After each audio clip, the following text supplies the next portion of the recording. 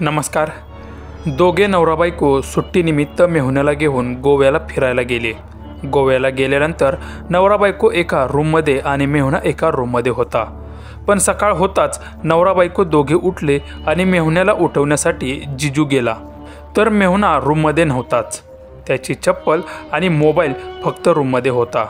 पुढे काय घडलं हे पाहण्याआधी चॅनलवरती तुम्ही नवीन असाल तर आपला RG मराठी न्यूज चॅनल जरूर सबस्क्राईब करून घ्या।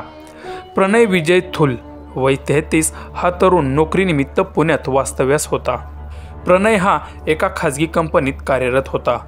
त्याची विवाहित बहीण श्वेता ही नाशिकला राहते। ती एका खाजगी बँकेत व्यवस्थापक पदावर कार्यरत आहे। गुरुवारी प्रणयची बहीण श्वेता आणि तिच्या पतीने गोवा फिरायला जाण्याचे ठरवले होते। यावेळी प्रणयलाही सोबत घेऊन जावं असं ठरवले।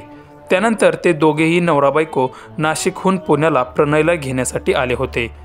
त्याला घेऊन कारने गुरुवारी रात्री दक्षिण गोवा येथील समुद्र किनाऱ्यावर एका हॉटेलमध्ये मुक्कामास थांबले।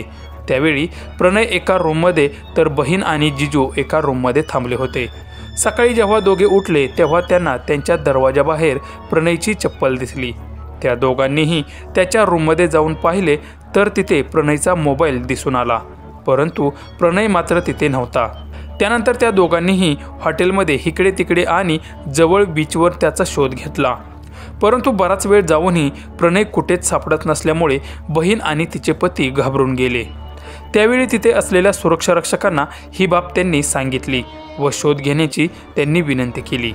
काही वेळानंतर समुद्राच्या पाण्यात शोध घेण्यात आला तेव्हा प्रणयचा मृतदेह तिथे सापडला।